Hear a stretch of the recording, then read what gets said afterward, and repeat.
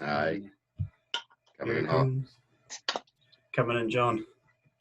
John. Oh, I like the top. Look at that. How's it going? Oh, look at the top. Love it. Yeah, had to bust out the company colours.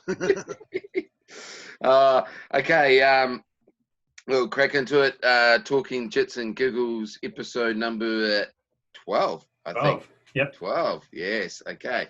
Look, we've got to shout out to a few people. I want to do a wee bit of a quick shout out for some of the people that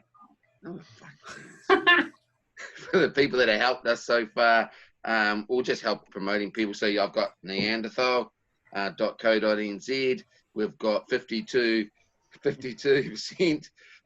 What's that one? High Hopes and Heel Hooks, is it? Heel Hooks. We got Open Palm Massage for all your sporting massage therapy, for all your all that kind of, get all your knots and all that out after a good week of rolling. We've got Scorpion Supplements.co.nz. Tattoo, what's your mate's tattoo place? Burning Needles Tattoos. Check these bad boys out. Fucking colour me in. Burning Needles Tattoos. So look, we want to get a big shout out for all those guys out there. We've also got a few more coming through that want to jump on. So yeah, if you get the opportunity, make sure you check all those guys out. So yeah, here we are, episode 12. Bryan, it's yours. All right, I've been given the reins today. So, Mr. Erskine, just we'll start off straight away. Just where, when, how, why? Jiu-Jitsu. Tell us your whole background, buddy. Where and why Jiu-Jitsu? It was a long time ago anyway. I know it was either in my second to last or last year at university. So that must be 15, 16 years ago. I think it came about on the basis of I needed a hobby, and I thought about getting back into martial arts because I did a bit of a judo phase when I was a lot younger, and BJJ was the recommendation, and walked into the Academy of Combat and never really looked back. So what was your when you said you did judo? How long did you do judo for as a kid? I think I started when I was 5 or 6 and probably went through to I was 11.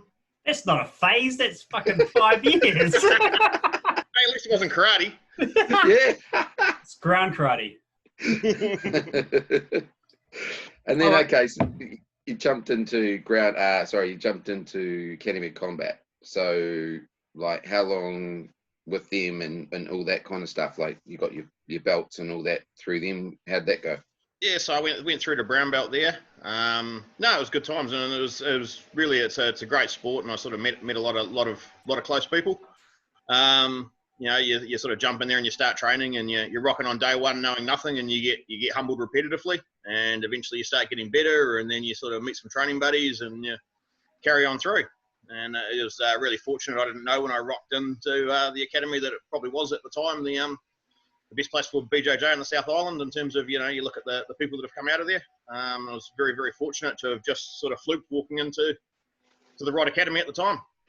Who was there when you first started? So when I started, my main instructors were obviously Scott Benson and Jason Brinks. I think at the time I know they got purple belts, but I think Jason might have still been a blue belt when I started. It's a little bit fuzzy. I know Hayden was there, and I think you were a white belt when I started. Hayden, you got your blue belt probably in my first month or thereabouts. Yep. It's a long time ago now, and the old memory's a bit faded. So all the hits you took, mate, all the hits. Yeah, so on that as well. So you moved into MMA. How far into your jiu-jitsu career did MMA take a... I've been training less than a year when I had my first fight. And all I'd done is BJJ. I hadn't done any stand-up. Obviously had a bit of MMA training and stuff like that, focusing on the wrestling side of things. But never did any of the stand-up stuff, didn't buy into that. Just went for the old take them down, put them on their back, punch them in the head. Did you move into stand-up after a while, or did you just... Not really. I think even in my later fights, I probably had a total of about 3 or 4 lessons of Thai boxing behind me. Far out. That's old school. That's interesting you say that, because I was thinking about your career and like watching you, and like this isn't a dig at all, but watching you, it was very much staying away from the stand-up and just taking them down and just working on that ground grappling game. So obviously with your background in judo and everything as well, you really backed yourself with the ground. Yeah, years of judo and rugby and everything else. It was where I was comfortable. You know, you're standing up. They call it a puncher's chance, don't they? Once you're in the ground, you're in my world. I think what was your fighting nickname? You can tell us. The Red Devil. I think I was thinking about that today as well. I think of all the nicknames in fighting, that's got to be the least representative of you as a person. Like, not to say that you're not an angry man on the mats and fighting and that, but as a person, you're very approachable. But it took me a long time to actually talk to you because I was thinking, fuck, he's the Red Devil. I've watched him destroy people on the ground, take massive punches to the face. He's a fucking animal. There was an initial campaign to get me called the Red Dragon, but the connotations of that I wasn't too keen on. So. Okay, so going back to jiu-jitsu just for a wee bit, and then we'll get back into your MMA. So, yep, you started at Academy of Combat. You're competing wise in bits and pieces with that. So, like, you got your all the way through to your brown belt with them, correct? Yep. So, but okay, so competing wise for jiu-jitsu, like, tell us a wee bit about that. Oh, I think my first tournament was over in Australia for the Australasian World Machados at white belt. I think I've been training more than a year at that point, but not much more. Ended up winning that. Is that on YouTube? Sorry, what was that? Is that one on YouTube? Don't actually know. There's one I've seen you fight at white belt on YouTube something, but it was a fucking long time ago. I'd say it's probably on YouTube then. Everything's on YouTube, mate. Turtles. Sorry. Carry on. Then there's obviously the glory days of Christchurch grappling tournaments through the explosive fightwear tournaments and all style grappling. Yeah. There's a Matt T-Par show where he threw some grappling on. There's a four-man eliminator on that I was in. Fight night. Was it fight night? Yeah, it was one of his fight sports nights, or I forgot the name of the promotion now. Yeah, that was it. I remember because I turned up to that to watch. It was when Benji fought Dearsley, but it was Matt Tapar was there, and he was so fucking nervous. But he had his black pants were a bit too short, and he had these white socks on, and you could see these white socks and these fucking pants. There's like a gap between his ankle, and the whole night I was like, all I could see was these fucking socks. And I was like. Anyway, fashion faux pas aside, that was a fucking awesome event. Yeah, it was. They got Dearsley platted in an MMA fight. Platted him and beat the crap out of Benji. Yeah, I think he had the choke at one point as well as the omoplata too, just for bonus points. He flew back from Aussie for that one, didn't he? Yeah. Yeah, I thought so. So, okay, so, like, I mean, what are some of the, with you competing in jiu-jitsu, in competitions, what's some of the fights that you remember, like, I mean, ones that you thought, fuck yeah, I really enjoyed that one? One of the better memories was actually Jason Costa ran a team's submission-only sort of eliminator tournament? Survivor Series. Survivor Series, yeah, that was a brilliant competition. Really enjoyed my time there. Admittedly, I was fighting a week or two later. So yeah, it sort of held me back in terms of what I could do. But it was it was just one of those really cool tournaments where you basically go out there and if you submit the first guy, then you get the second guy. If you submit him, you're staying. If you get tapped, you're out. And 5-a-side. That was a great tournament. I'd love to see that format come back. So club versus club. You forget to mention that you were fighting just after that, and you were fighting the same guy you were fighting in that Survivor Series, and you'd fought him at the UMAF one for grappling as well, didn't you? Who was that? Yeah, we came across each other a few times.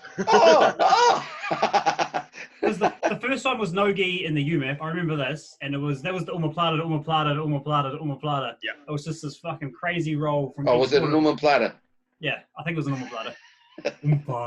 But it was right across the ring from one corner to the other, and then obviously gi for Survivor Series, and then it was MMA, which was that the first one of quite a few head-to-heads with you two?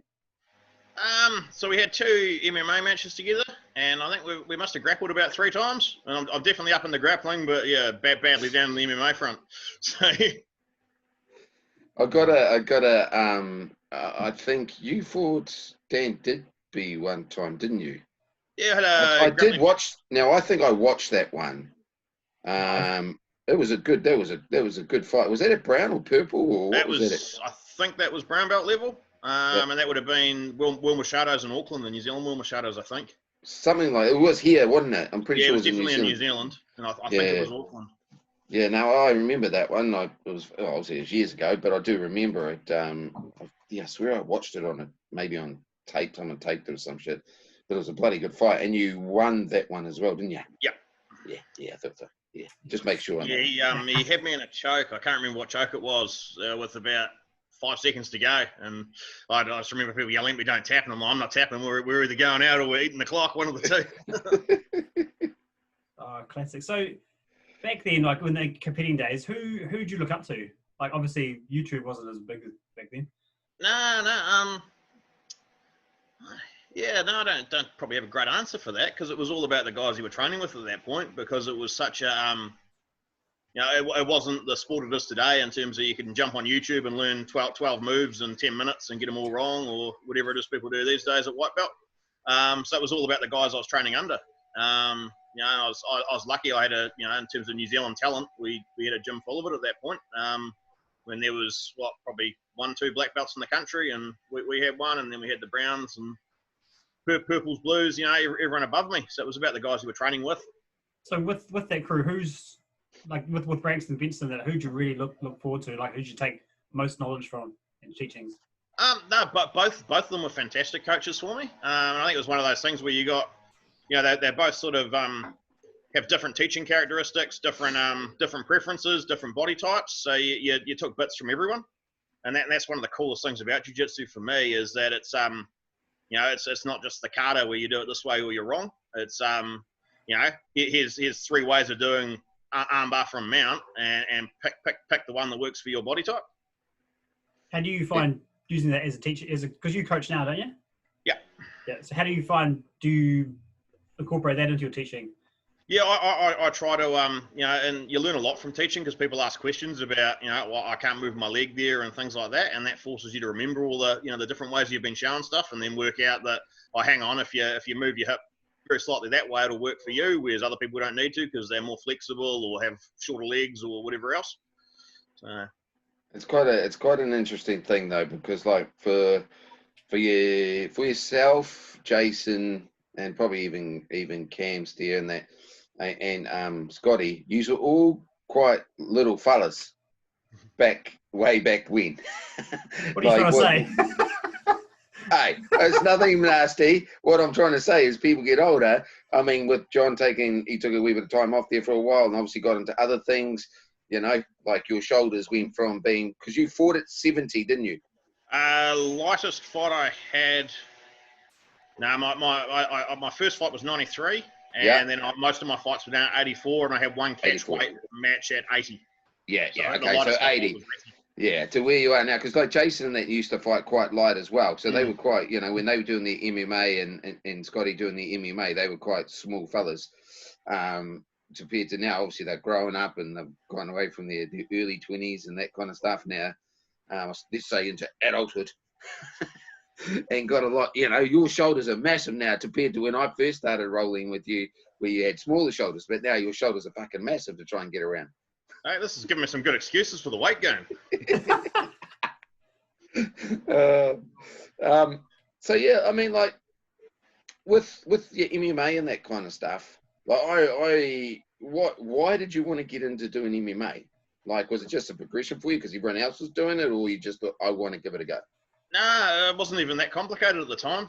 So the way my first fight came about is I'd been training for slightly less than a year. I think I'd been there about 9 months. And Scott Benson rocked up to me and goes, "What do you weigh?" And I can't remember what the number was. And he goes, "You're fighting in a month at 93.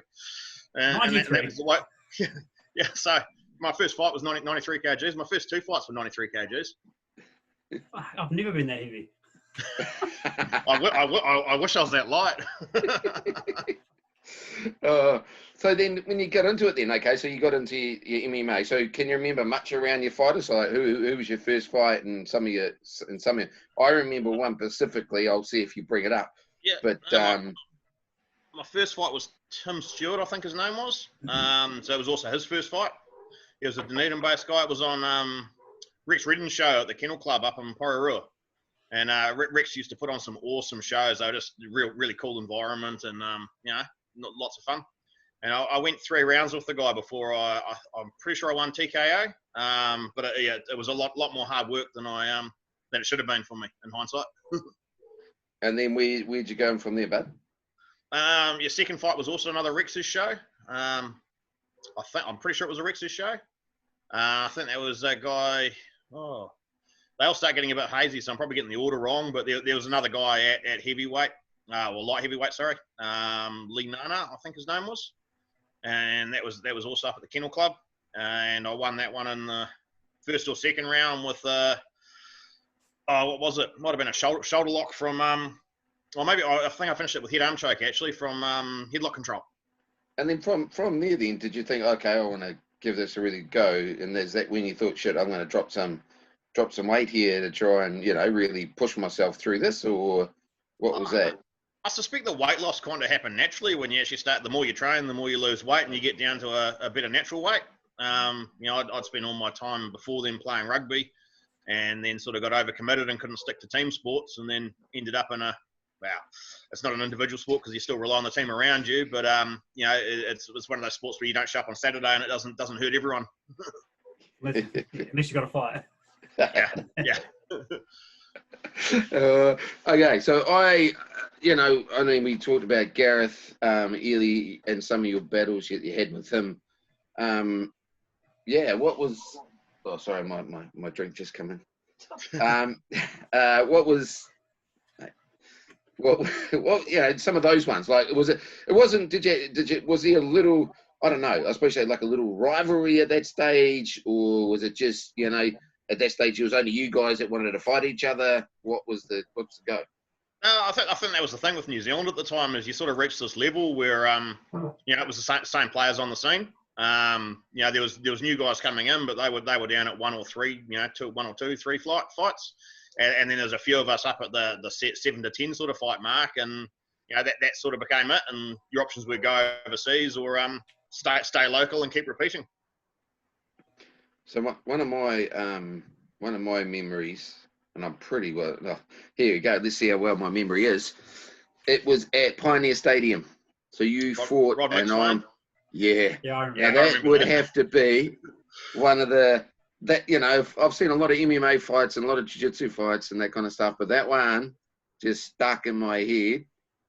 The most bloodiest fight I have ever seen anywhere. And there's been a few even on the UFC, but that one I could just remember, like. Oh no, that was Gareth Ely up in Auckland that cut me open. Was it that one? See, that one. That fight then it was. See, get mixed up. Yeah, and you were just like it was just coming out of your head. Like that. That was. Did you know that was happening? Yeah. No, it was the world's smallest cut, and it wasn't affecting me at all. It was just one of those ones where you look at that fight, and if I wasn't bleeding, it would have been quite a different outcome. But I had his back, had the choke locked in, and I was driven back through my own blood, and everything became slippery. And Terry Hill, to his credit, let that fight go on as long as anyone anywhere in the world ever would. I think the cameraman passed out at one point. It was a good night. I'm surprised you didn't pass out. Yeah, there you go. See, optional. Right, the wrong person, but mate, it was impressive. It was that the picture that I can see in my head. Just I can't get rid of that one. Yeah, no, there's some good ink blotch, but they were blood blotches on the mat left after that one. It was mate, this is when you wish you had access to YouTube and you could put it on in between while we're talking and everyone else could see it. I think everyone would switch off by the stage we'd finish. But that Rob McSwain one, that was a good fight too, because he had a massive gas tank and he just that was my first fight where I was really, really pushed hard. Yeah. And I went in there. It was my first fight at home in Christchurch. Slight change of corner in terms of normally I had Scotty there in my corner. It was a bit different that day.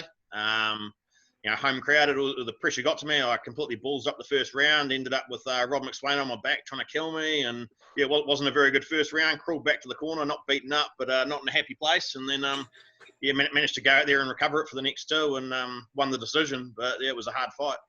Yeah, that was a good fight though. I still remember you yelling out the crowd, Hayden. Yeah, mate. You've had some wicked battles though. Like I said, you've had that one, the bloody one. you know, when it comes to like the growth, you know, so many 15, 12 years ago doing MMA in New Zealand to where it is now, and the people, you know, you guys were smashing it out there. And some of your fights, if you, anyone that is listening wants to get the opportunity, jump on YouTube, look up John and his MMA fights. They are on there. He had some wicked, absolute brawlers. Barnstormers. Yeah, they were good. Getting back to jiu-jitsu. So we'll go back into teaching again. So how teaching people now, like compared to back in, we used to do it, well, when we first started, so not we used to do it, we still do it. But like basics, I would find it would be like a 6-week program, but you'd be learning one position and do three things each week for 6 weeks, and then you go back over it again. But now I feel like I teach 3 things, and people learn them so quickly. I've got to get some more in there. Do you find people just pick it up quicker now, or? Yes and no, and I've started changing the way I teach at the moment. So I'm starting to teach stuff in sequence. So rather than going, you know, this is closed guard, we're going to do an armbar, a triangle, and omoplata because they're all from closed guard. I'm starting to do stuff where it's like we're going to do a guard pass, get to cross side, take mount, take back mount, choke them, sequence. And my basis for starting to change it up like that has just been watching people. You know, if all they know is attacks from guard, they never actually work out what to do when they pass guard. You know, they don't understand the sequence and progression.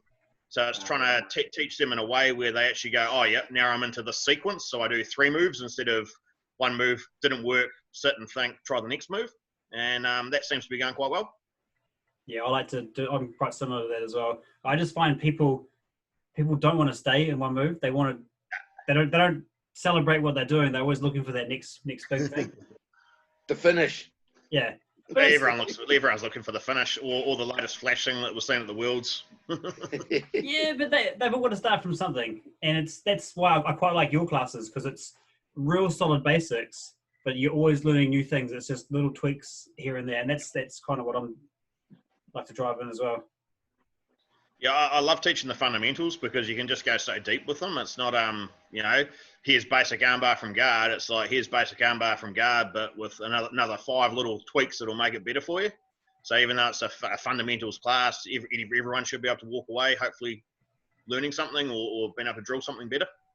Yeah, for sure. It's pretty hard to go inverted when you're just lying flat on your back with someone in side control on top. You're like, well, you need to learn how to recover guard before you can start to go upside down. Yep. How do you find that kind of game though? Do you get into that, or do you still stick to your? I went through a phase of doing inverted guard and all sorts of clever stuff. There's a couple of good seminars I went through with Hayden Machado and John Will back in the day, and yeah, that got me into all that sort of stuff. But not anymore. I stick to the basics. You know, the good old school jiu-jitsu. pull guard, work for position, take it from there. How do you find rolling people now that they try and play that game? Like the people who just try and do the flash passes, or people who start to just angle for the feet all the time? Because I've never actually seen you. I've never got you in a footlock, and I'm never really looking for it because I'm too scared you're going to grab my head. There's very, very few people like, yeah, there's sort of the odd guy around that's got fantastic footlocks or heel hooks and you need to watch out for, e.g. Forrest. But on the whole, I try and keep my legs safe and just work on pulling people back into my world rather than getting suckered into them doing flash stuff. Oh, nice. And so I've always used you as my example when I'm trying to teach guillotines, because can you just explain to us your philosophy behind the guillotine? I believe I call them unicorn chucks because they're mythical creatures that do not exist. Yeah, I've tried quite a few times. They clearly do exist. You did get me with this once. Oh, that's good, because I haven't. I've tried. They clearly work. I just find it really hard to get them on you. It's like your beard's made out of Teflon. Secret. It's the beard, mate. It's the beard. You get lift it up, and here comes this plate sitting underneath there. Can't give away all my secrets. How do you find with a beard? Do you find how many hairs do you have to replace after each session? You lose a lot, but they grow back.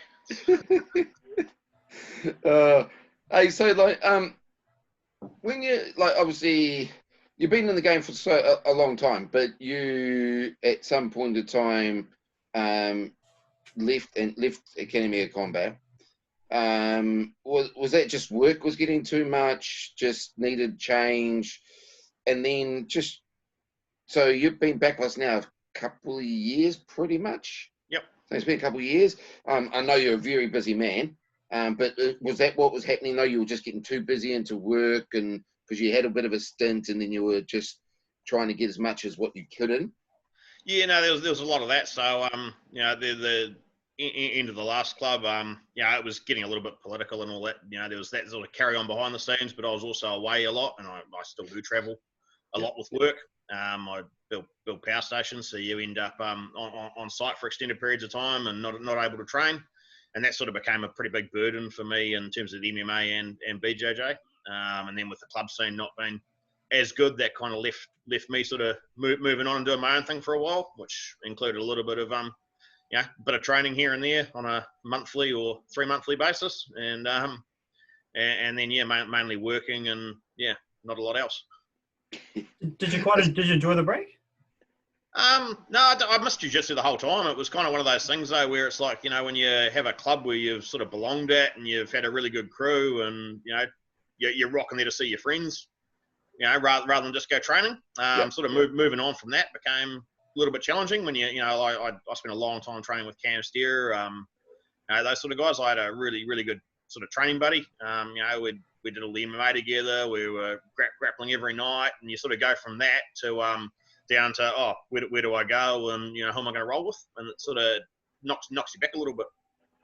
Did you find a lot of injuries went away? Like you healed up, like you could suddenly start reaching across your body with both arms? Yeah, waking up not sore is always quite nice. there was a bit of that, but I'm not sure some of the injuries actually got any better, to be honest. They they never go away. But you got into other stuff, though, outside of doing jiu-jitsu. So you were doing your sidecar for a season or two? Yeah, spent a few seasons on the back of a sidecar. I'm not sure that was the smartest thing you can do, but it was a lot of fun. No, actually, I want to hear about this because I always saw the pictures and I followed it, but I didn't have a fucking clue what was going on. But basically, you're just human ballast. That's all you got to think yourself. So you're strapped to a 1,000cc motorbike with no brakes, and you got to go around the track one direction 4 times and hopefully win. So are you driving or someone else is driving? You're just the ballast? No, I was the ballast on the back. Do you keep your eyes open or what? Yeah. He was the wingman. He was the wingman. Do you actually, what do you do? Do you have to actually try and balance it out? Or? So essentially you move your body position forward and backwards to either create traction or break traction, and then a little bit out to try and bring the centre of mass of the the motorbike inside to help it corner better. So if most people actually, or some people know what speedway is, well, hopefully a lot of people know what speedway is. Just crush it. Yeah, but the sidecars on those things, though, those guys lean right over outside the track, almost to the fact that they've sometimes got a tyre rubbing next to their fucking head that close. Did you have any major injuries with that? I dislocated my shoulder once and broke a couple of ribs. No worse than MMA's done to me. So, how many pairs of pants did you shit? Fucking hell. No, but I do have a shirt that's got the tyre mark on the back of it from where the guy that was trying to pass us and I was leaning in his way was just sitting there rubbing his front wheel up and down my back. Did it bring the MMA back out later on and fucking give a dust up? There's a couple of times in the pits where you thought about it. So with that, what do you do for a job? So just to give people, we've talked about how you're quite a busy man. So what do you do for a job? So my background's obviously engineering. So I'm a mechanical engineer, and ended up that was probably the other thing that was happening when I dropped off the jiu-jitsu scene was I was working for a company that was on the decline pretty seriously, and that company ended up in liquidation. And as a result of that, I ended up forming another company with two business partners now. So we run our own business with 17 employees or thereabouts, all in the sort of the engineering space. So we run a team of sort of site services and mechanical fitters, and a team of mechanical engineers and one electrical engineer, basically supporting the power industry. Just in New Zealand or? No, so most of our business is in New Zealand or Australia, and then we've got a little bit in Tahiti, random other spots around the world. Oh, terrible! We have to go to Tahiti. Fuck. Yeah, no, I haven't been to Hayden in a while. But we talked about my trip to Ireland, but John's trip to fucking, where'd you go? Portugal or something, didn't you? Where'd you Went to I was in Turkey not so long ago. Turkey. That was a bit of fun. You only went over for a day. Yeah, 36 hours in Turkey. How long does it take to fly there? It was Christchurch, Auckland, Tokyo, Istanbul, Ankara. So I think I was on planes for. I was on planes for longer than I was on Turkey anyway. Yeah, it's like 7 hours to Tokyo, and it's an hour and a half to Auckland, plus the time between. Fuck that, man. Carry the one. Who's the fucking turkey? You're the turkey, bro. That's ridiculous. Was it for work? Yeah, it was all work. I would have cried the whole way. But with that though, obviously you get to. So you work in Brisbane, you work in Tasmania. You get to train while you're over there? Is there a place you'd like to train when you go? I like to train when I go. Finding the time is a bit of a different story, but I've been really fortunate enough with work to I've trained in Norway, a lot through Australia, Shanghai. You know, I've trained in a lot of cool parts of the world with really cool people. So that is one of the benefits of traveling a lot for work, is that you do get the opportunity to see places you wouldn't normally see and to train in different places. How do you find that? I love the training side. Living on airplanes and hotels gets a bit tiresome. Norway for training was epic. Really loved that there. Rocked into a gym up in Trondheim. Don't even know the name of the place anymore. It had a black belt, but he was away. So there's a brown belt there. I think I was a purple belt at the time. And I rocked him for the first day and ran an omoplata clinic on the place. And the next day I came back and he's like, "Can you just teach omoplata?" So I ended up teaching there for a night, just running through my omoplata circuit. And there was some, didn't know it at the time, did a no-gi class, and there was a Scandinavian wrestling champion there. He destroyed me. It was awesome. You just rocking, no-gi class. So yeah, all good. Who's this guy? And yeah, build it up to a level where you think you're safe, and then find out you're not. Oh, classic. It's I went to Poland, and I didn't think anything about Polish big wrestlers, and they all started on the ground, and I'd been doing judo for a year and a half. I was like, "Nah, man, we're gonna stand up." And I stood up and got a fucking blast double and just sort of fucking wasted. Yeah, I had the same problem with the Mongolians in Shanghai. So you get you have a lot of expats there. So there's a few Aussies and some Americans, the Chinese, and then you got the Mongolians who are over there, and they're pretty much just there training MMA and wrestling the whole time to try and build a career. And you get those guys in same scenario. Yeah. But not there to fuck around, eh? Yeah, we'll find somewhere safe. Next thing you know, you slam back onto the ground. Whoa, so bad. How long were you in China for? In Shanghai? I've done 2 trips to China. Both of them have been about a month long. Might have been 3 weeks and 4 weeks type thing. And probably spent 2-3 weeks in Shanghai of that time. And trained pretty consistently in Shanghai over the 2 trips. So you're just going back to your work though, for people. Do you build hydro dams or do you maintain them? We do both. We don't so much build the dam. We focus on the mechanical plant. We do the turbines at the bottom of the dam. Yeah. Our new company sort of we build the odd plant, but most of what we're doing is generally support services around existing equipment. So it's looking at intake gates or upgrade projects or keeping stuff running or solving problems. Yeah, because that's a big part. What? You froze. You obviously you got to travel and all that kind of stuff. What? Did I freeze? Yeah. Oh, well, good now? Shit. About as good as you're going to get, mate. I'm still pretty. Pretty ugly. Oh, fuck, now I lost my train of thought on that one. Oh, Jesus. So that's, so obviously you've committed. You've been back at Groundworx for a couple of years now. You teach there.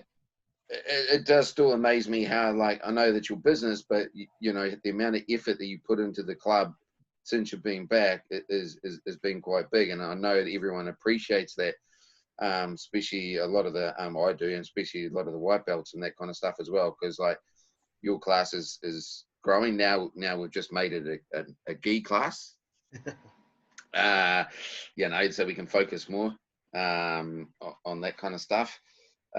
But you trained a wee bit though when you're in Brisbane, or you have, was it with old Cooper? Yeah. No, I went into advanced martial arts with Matt Cooper. Not as often as I would have liked, but I must have done. I spent a bit of time there. Unfortunately, the site I work on in Queensland's an hour and a half from Brisbane. Yeah. So you end up out of town a lot, and when you get off site at 7 o'clock at night, the last thing you really want to do is drive in somewhere and find jiu-jitsu. But the days I had there were really good. It was good culture at that gym. Who's Matt Cooper? Excuse me for being ignorant. So he's You don't know who Matt Cooper is? Nah. How long have you been doing jiu-jitsu? You don't know who fucking Matt Cooper is? I've done it all week. Okay. We're going to tell me, or are you just going to leave me hanging? I would just leave you hanging. We'll just leave you hanging, mate. You can fucking work I'm it on out yourself. Google. Yeah, look it on Google. Stevie. Give you a little helper. Yeah, where's your little helper, mate? Get your little Google book out. No, he's a well, I'm pretty sure he's a black belt. He's been one for quite some time. I think he's a third dan or thereabouts. Yeah. He's, and he does a lot of filming, eh? Yeah. Does a lot of the filming of a lot of like documentaries and shit. Oh, cool. I feel like a real. Yeah, I would too. We'll have a conversation after this. Fucking hell. Jesus. So, you go. No, you go. It's your fucking thing. So going out, so when you first stopped for work and everything, how did it feel coming back? Did you feel thinking, fuck, what am I going to do? Am I going to be just as good or? No, you're never just as good. But no, it never really worried me coming back. It's been really, really good to get back into it. The hardest part was probably getting the hips to start moving properly again. It's the little things that you don't actually expect. You expect the weight to hurt you and the lack of strength and fitness, but it's just basics like moving your hips and things like that you suddenly fall apart on. Do you find it's the lower grades or the higher grades that give you? I don't know. I think. Well, hang on. I'll elaborate a bit more. I feel because when I come rolling with you, I know who you are from before I even started, so I'm always really apprehensive. But I watch the newer guys who probably don't even know who you are before they first met you. Like they don't know, they're not aware of your history in MMA and grappling, so they just come in fucking 100 miles an hour. I'm gonna get this guy. I'm like, well, you have no idea. You have no idea. You better fucking poke the red devil. You're gonna poke the bear. The only difference is when you haven't trained properly in 6 or 9 months or something, you're not the red devil. Yeah. You're not the red dragon though. Not quite that bad. Well, I mean, it's. Sorry, Karen. Yeah, I was gonna say, it is. When you're rocking back in, and it always comes about when you've had a break. You rock into a gym, the white belts, none of them know you, and they all go kill mode because you're just that higher belt that's rocked into their gym, and there seems to be that unspoken thing where they try it on, and that does get you tend to end up with more black eyes or bent noses as a result of that than anything else, but you get through it. I had to feel sorry for bloody Phil's mate, Glenn, who started with us. I'll put a play up for him. He got like 3 black eyes and three training sessions. He come one day and he had black eye on this one, and then he come the next day and he had black eye here after the next training session. And then I saw Chris when he tried to pass his guard, and Chris put his down and boom, whacked him in the eye again. He got 3 black eyes. It was a funny, I had to put that in there. It's a funny sport like that. I remember when we very first opened, do you remember Aaron Wayne in the warm-up broke his toe because he got stuck under the mats when he was running around? I missed the very first class, and I came to the second class, and he was handing back his ACC form. I was like, oh, what happened? Did you get caught in a roll? Nah, I got stuck in the mats running around. And I was waiting for him to joke, and I was like, oh, there's no punchline. That's fucking what happened. That was good. Not for him, it wasn't, but it was. It was a good laugh. It was like funny one of those things you look back on now and you can have a fucking good laugh about it. But I've never really had any big injuries. I think the worst one I had, I separated my shoulder, but I fell from like that high. I was passing and it was Jackie Tushwani, I think was his name. He had my sleeve and I went to pop through and I fell and just went, and I felt fine. It was you, Hayden, that took me to hospital because I went fucking as white as his t-shirt. I don't feel very good. But then that's the only real injury I've even had from grappling for a pretty full contact sport. Well, what about your ears though, man? Oh, they look good. They're tucked under my hat so you can't see them. They just start to curl around and grow inside themselves. But I'm married, so it doesn't matter how I look anymore.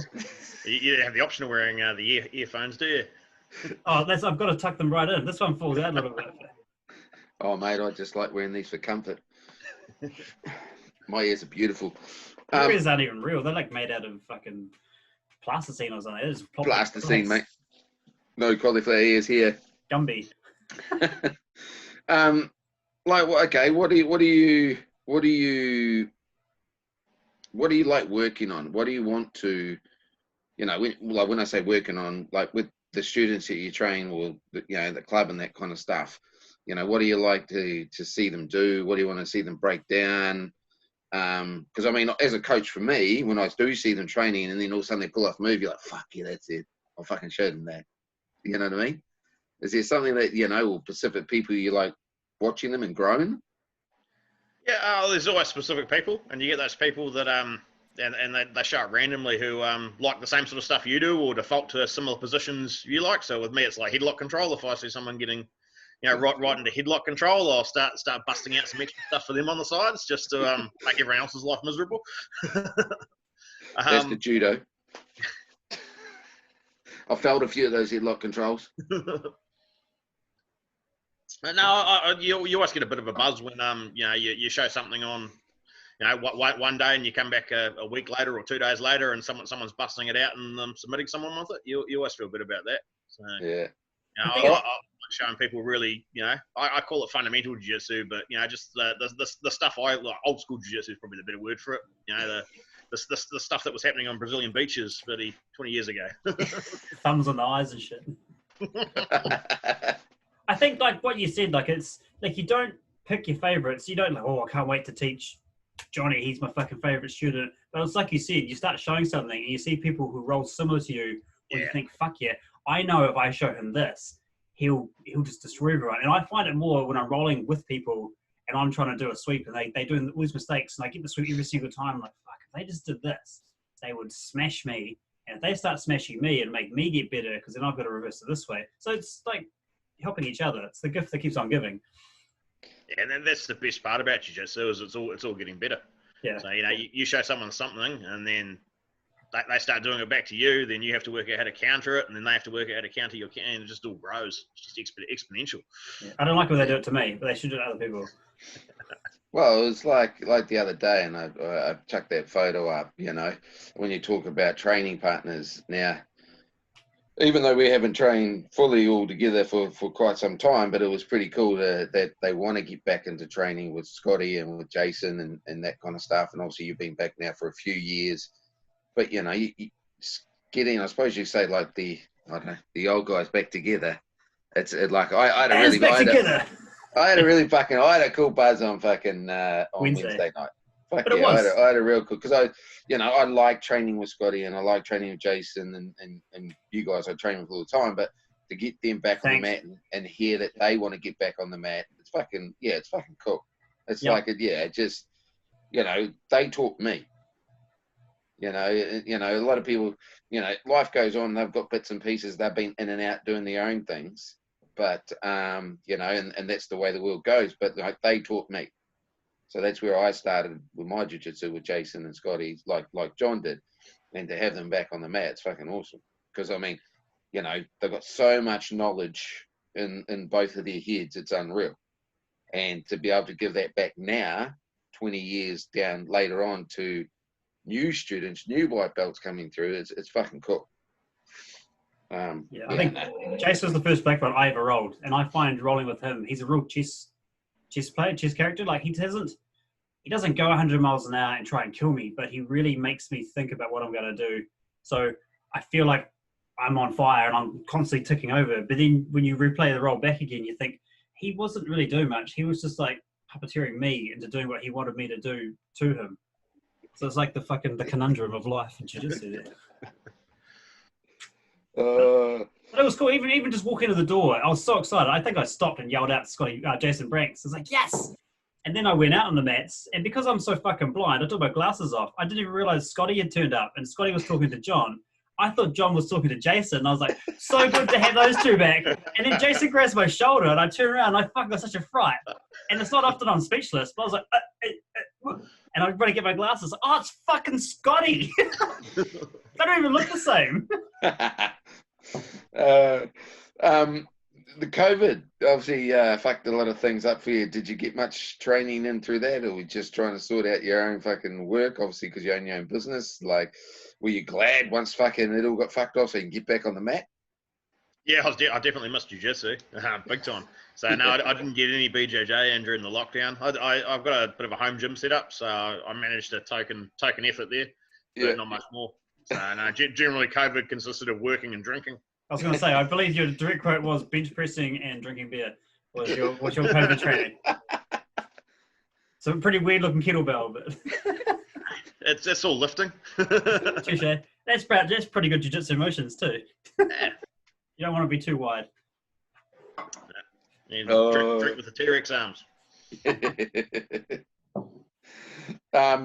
Have you thought about competing again? I'd love to get back into competing again, but I say that all the time and I never do anything about it. It's quite hard for you though, isn't it? Because obviously, like I said, you travel still a lot. Because once all this border shit gets back to normal and people can start traveling, and you'll be off again. Oh, well, maybe. Yeah, I'm pretty sure I'll end up with 4 to 6 weeks in Australia the minute the border reopens, but cross that bridge when it happens. Didn't you fight in the kimono wrap-up we had like about 3 years ago? Did you fight in that one? One of those?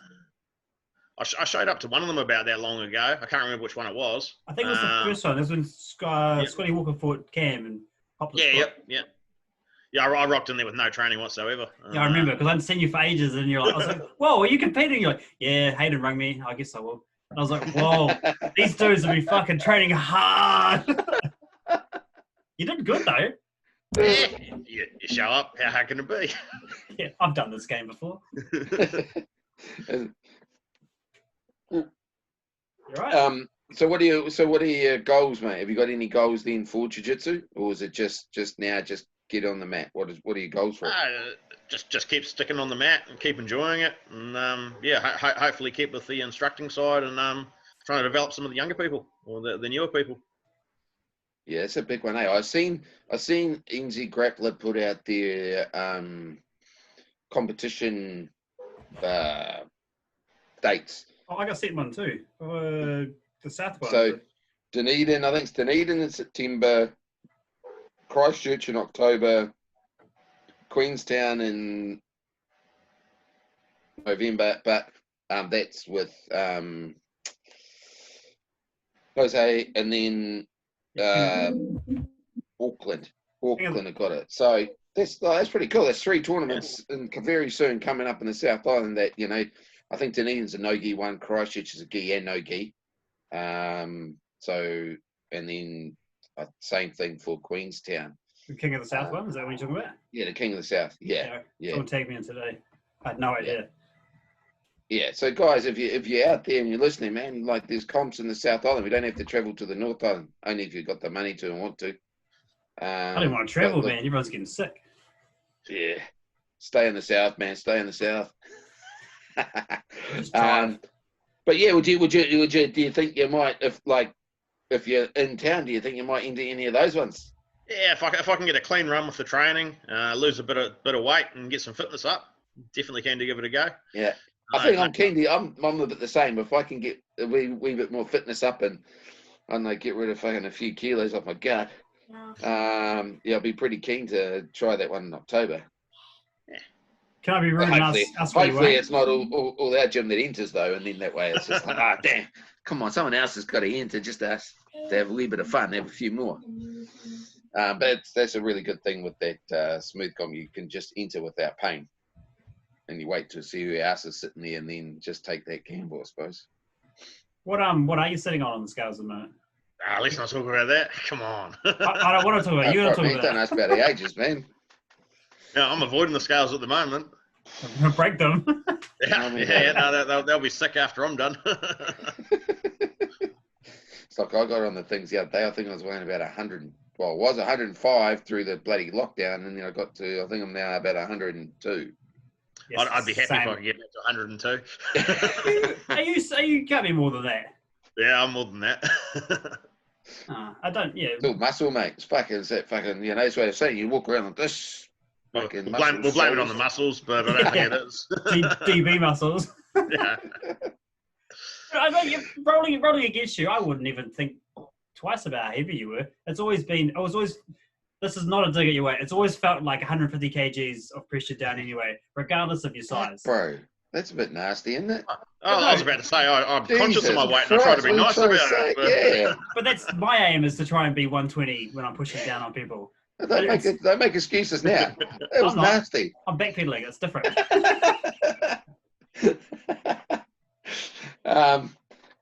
Look, have you got much more to crack out or what? Me? Yeah. No. For John, sure. you're a fucking tough nut to crack, man. It's all fucking 4 to 5 words back to me. We've gone way past. Actually, Yeah, it's some answer. Come on. Nothing? no, I don't. It's been a You're tough pretty one. good. Okay, it's good then. I can hit my 5 fucking questions. I got my fucking 5 questions, mate. Hey, man, I sent you those questions earlier. I've gone past that. I was actually quite proud of myself. And I was like, yeah, Hayden will go in now. And you're like, what do you want? And I was like, fuck, nothing. Oh, mate, he answered everything. Oh, look, it's been That's good. fucking cool. Yeah, so obviously we hit our 5 questions, John, at the end of this podcast. Yeah, I'm just going to throw out 5 questions. Do you like open guard, closed guard? close guard, but every close guard becomes an open guard, so it's all the same. Oh, Confucius say what? yes. Oh, jeepers. Alright. Whoa. Hang on, I'll take another swig of my one. Did you play video games when you were younger? Yep, yeah, and still do. Okay. Street Fighter. Yeah. Favorite character? Oh, I can't even remember much of their names now. The guy that used to wear the orange gi. Rue. Kuma. I think it might have been Rue, yeah. Is it Rue? It's Rue, isn't it? Ken and Rue? Yeah, Rue was the white key. Ken was the White red key. key. Oh, see, I don't know how to... Yeah, Ken was the orange gi, wasn't he? Red. Ken Masters. Red. Come Hey, on, come on, man. 16 These bit are old colour, I school. don't know the difference. Yeah, these are old school. Everything, you know. Everything Not the looks orange whatever. devil, you're the red devil. Okay. Favorite gi brand? Ooh. Bend on. Only if I'm coming around to your house, but what's my coral V, my coral what were they, MKMs? That was Yeah, I like those. I've still got the one I got as a white belt. I got 2008. Yeah. I got one and still got it. They were good gigs. They're just fucking horrendously expensive. Yeah. Yeah. Didn't you? But Technology's come. you had a navy blue one, didn't you? Was that Cam? No, it was Cam. I had the white one. Oh yeah, I got 2 white ones. Hayden had a fucking red one. Yeah, Hey, I remember that. Don't fucking knock my red one. I I'm love not. my red one. Santa It Claus. turned almost pink, but I fucking loved it, mate. What do you do outside of the gym? Do you do anything like with it, weights, yoga, stretching? What do you do? Short answer is nothing anymore. You used to do the weights, but can't even claim that anymore. Okay. Last question. Do you wash your belt? Occasionally. Don't want to wash the skills away. Fucking Jesus. It's a win. It is a win. It's Any wash is a occasionally. wash. Oh, Thank that's you. all right. We can be friends. I've been fucking lagging really badly on this one. It's fun. Everyone I'm talking to is fucking like looking at Bryan going, what do you mean to watch about? I'm an independent. Oh, look, hey, it's been cool having a chat, John. Thanks very much for coming on. Gives an insight to yourself for people out there in the jiu-jitsu community. Look, guys, if you want to jump on board, don't care, what belt you are, you want to have a bit of a story to tell about yourself, your club, anything like that. Get hold of your instructor, tell him jump on. You give us a message on Instagram, or I don't know how we get Instagram, is it? Yeah, Instagram. I'll give the message on that. And we're pretty approachable people. Well, I am. Hayden's a bit weird. We're pretty keen. Don't care, what belt you are. We just want to get jiu-jitsu out there. If you want to talk shit for an hour, we're happy to talk shit for an hour. Make sure you do. Hey, John, thank you very, very much, sir, for coming on. Yeah, man. Thanks for having me.